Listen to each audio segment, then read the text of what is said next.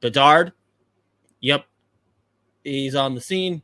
He is now an NHL player officially, and poor Hoppy. That was an interesting game. I feel like let's just get right into it. Let's just go right into that. We need to give you your couple of minutes here. Just overall thoughts on the opener. I kind of feel like it'll take a few games for that team to kind of like get fully adjusted. I mean, it couldn't be more early, actually. So, thoughts? I mean, I liked most of what I saw in the first two periods. Like, sure, there's things we can work out defensively. And yeah, the power play is probably going to take a couple weeks before we really see it at full go. Them putting Carlson on the sidewall is moronic and hopefully it gets fixed right away. But other than that, like first two periods, I was very happy. Third period, typical Pittsburgh Penguins. A lot of what we saw last year where you got the lead and then you just start playing a different game. And wow, did it show. It was not good. But, I mean, by and large, I thought the team played well. And, like, tip of the cap to Mrazek. Like, he played better than expected. But also, like, the Penguins bailed him out a ton. There were so many grade A opportunities that were whiffed. Like, Gensel and Carlson both probably should have had 2 goals with just wide open feeds that they got set up for. I don't think the team was fully clicking. Really good, though. Like, the biggest positive, all about Graves and Brian Rust in a 1-game sample looks like he's back after a down year last year. But, actually, the biggest positive, fourth line was not a disaster, which last year that was a massive problem. Again, this is 1-game sample size. I'm sure everything I'm excited about will change. Everything I'm sad about will change. So whatever, but I'm not losing any sleep over it. It's just, of course, it had to be fucking Chicago. It had to be Bedard. And, like,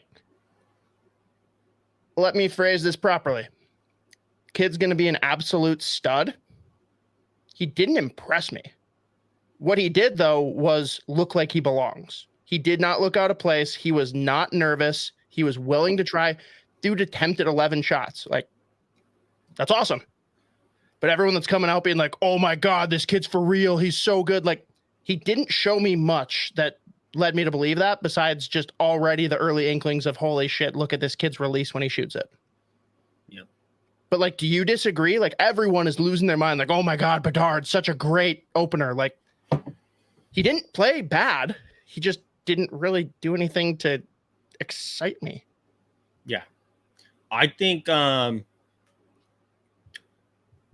first, actually, before I even start, like, with, like, specifics on Bedard, Sidney Crosby snapped that opening face-off. There was no I knew you'd bring it up, so I left it be. Dude, it was, like, the angriest snapping back of a face. I was crying, laughing, like, no mercy. Like, whoa. Bedard was still saying, like, thanks, man, to Kelly Sutherland, who was just like, Connor? Welcome to the NHL, man. I'm like, what the fuck? You're so weird. Almost as weird as who was it for the Vegas game? Goes, new season, it's gonna be electric. Yeah. All right, let's go. And then I was like, dude, what the fuck? Pretty awkward. So pretty weird. Awkward if we're being honest. But the other thing about that, though, that like some people won't realize, and I'll absolutely give credit here to Jeff Merrick because like I didn't even process this originally, but Sidney Crosby wins a lot of faceoffs, and he does most of them in a very particular way. He did not do his typical faceoff, and that tells me right away with the conviction that he did it, like you said, snapped that right back, changed up his typical draw because he assumed Bedard would know it. He's putting a lot of thought into that first draw. Oh, yeah. Again, there on no planet was he going to lose that opening face-off to Connor, but there was no way. He was never going to. I mean, he wasn't even. I thought he might fucking like drop the gloves right after how hard he snapped it back. Imagine he just like won the face-off and then just immediately piss-pounded Connor Bedard. But, anyways. I don't think Bedard did anything that warrants people like going nuts. I thought he played a very good hockey game, and the thing that stands out the most is like, what are you doing if you're not scoring 1 million goals every game? If you're Connor Bedard and you're the number 1 overall pick, you look like you belong, and he fucking looked like he belonged. Looked very comfortable in the puck. Completely agree. And he took some major contact too. Like he got hit a few times hard and he just got right back up. And everyone was wondering how's he going to handle the physicality of the NHL as a kid that's 5'10", 100 and whatever pounds. I think he will be fine. And the fact that he was just like rattling off 11 shot attempts, and he had one really good sequence was that one where he went picked up the puck at his own blue line. And he displayed that fucking ridiculous release that he has. It is so sneaky how he can just be mid stick handle and just rifle perfect height too. It was good save. Then he came back, won a loose puck again. Eventually someone drew a penalty, I think. Oh no, that was when he got robbed twice on the doorstep. But eventually picks up a second assist for his first NHL point. I think it's impressive that he didn't score a goal or do exactly what he's known for. He didn't but he looked really good, and his underlying numbers were ridiculous. Where when he's on the ice, I think they had 70% of the even strength shot attempts. He obviously attempted 9 of his own at even strength. He just looked like an NHL player on a team that, what a weird hockey team the Chicago Blackhawks are. It is very so happy very for my weird. guy Foligno, by the way. Very happy for my guy Nick Foligno. You know who looks good though? And you've been saying this for a while now, but the greater public kind of shit on this draft pick. Dude, Korchinski looks fucking real. Yeah, that's the other thing. So that was what I was going to get to eventually too. Is it's almost like people forgot he was also a very high draft pick, also a major high-end blue chip prospect, also making his NHL debut. And he looked very good. I noticed him more than I noticed Bedard, if I'm being honest. Yeah, he was awesome. And I think part of it's so hard to step into the NHL so soon after being drafted as a defenseman and a high-end defenseman. And I actually think Bedard being there is going to help him not just be in because again, no one's really expecting much from the Blackhawks. So let's say he had a down year or whatever, people still probably be all right, whatever. But even just the fact that he's just going to be able to play and not really have to worry about being the spotlight so much because Bedard's got the spotlight every fucking game now. I think that actually will help him, especially as a defenseman on a very bad hockey team. Well, I think what also helps him there, though, Z,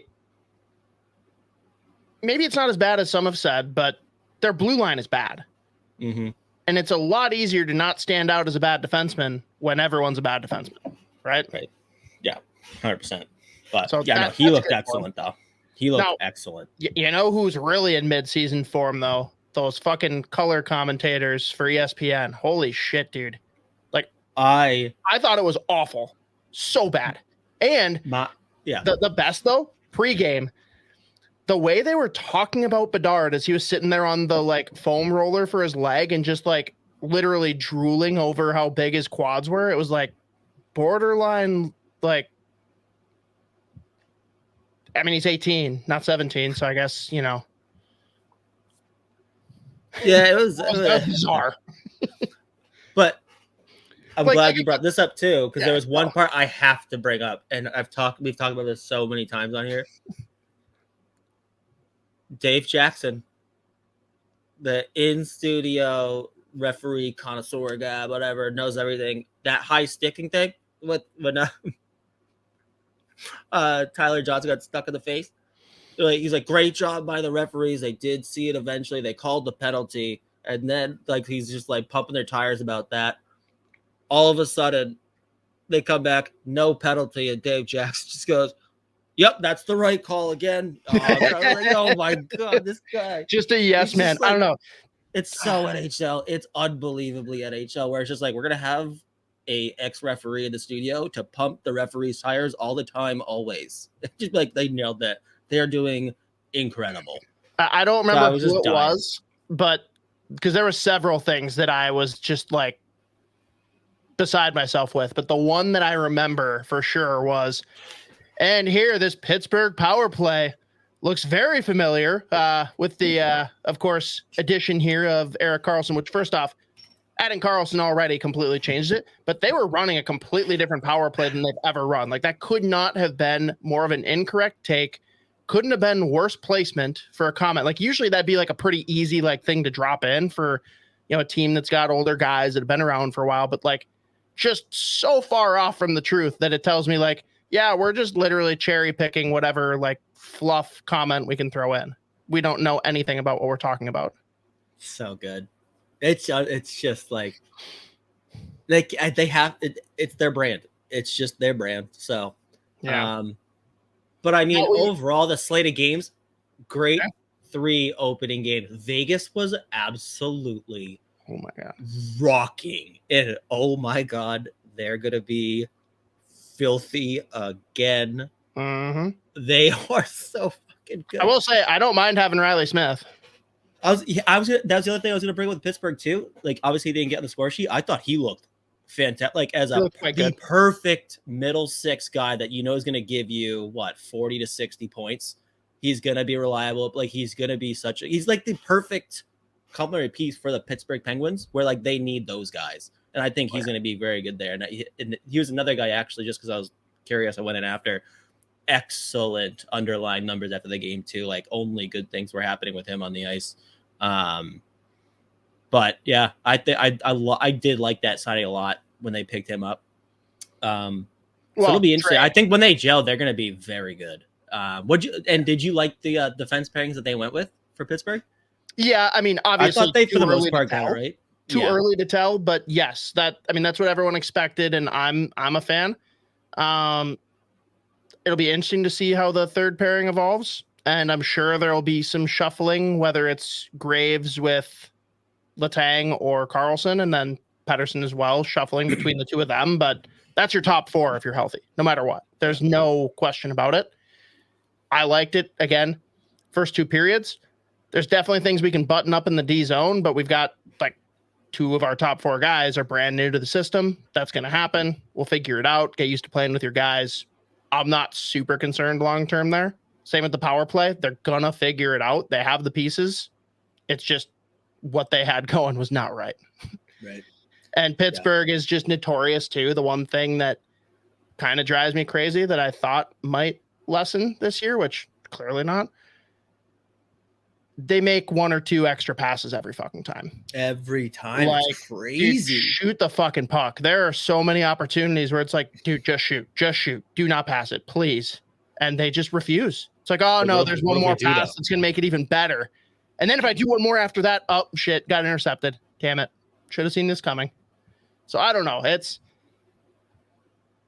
I'm really not worried based off that one game, which I'm sure plenty of people are freaking out, but like saw enough that I liked. Good lesson right off the jump to not be complacent after you're up 2-0, because they always do that.